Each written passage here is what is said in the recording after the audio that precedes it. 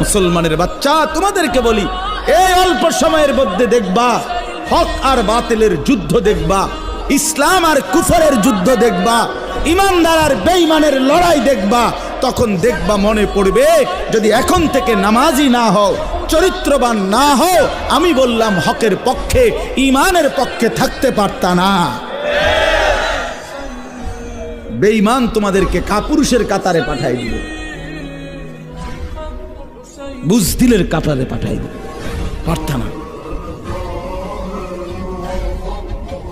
সারা পৃথিবী ব্যাপী ঈমান আর কুফরের যুদ্ধই হবে শেষ পর্যন্ত। আগামীর যুদ্ধ মুসলমান আর বেঈমানের যুদ্ধ, এবং সেটা বিশ্বব্যাপী। আগামীর যুদ্ধ মাহাদি আর দাজ্জালের যুদ্ধ, সেটা বাংলাদেশ না, সেটা পৃথিবী। মাহাদিও সারা পৃথিবীর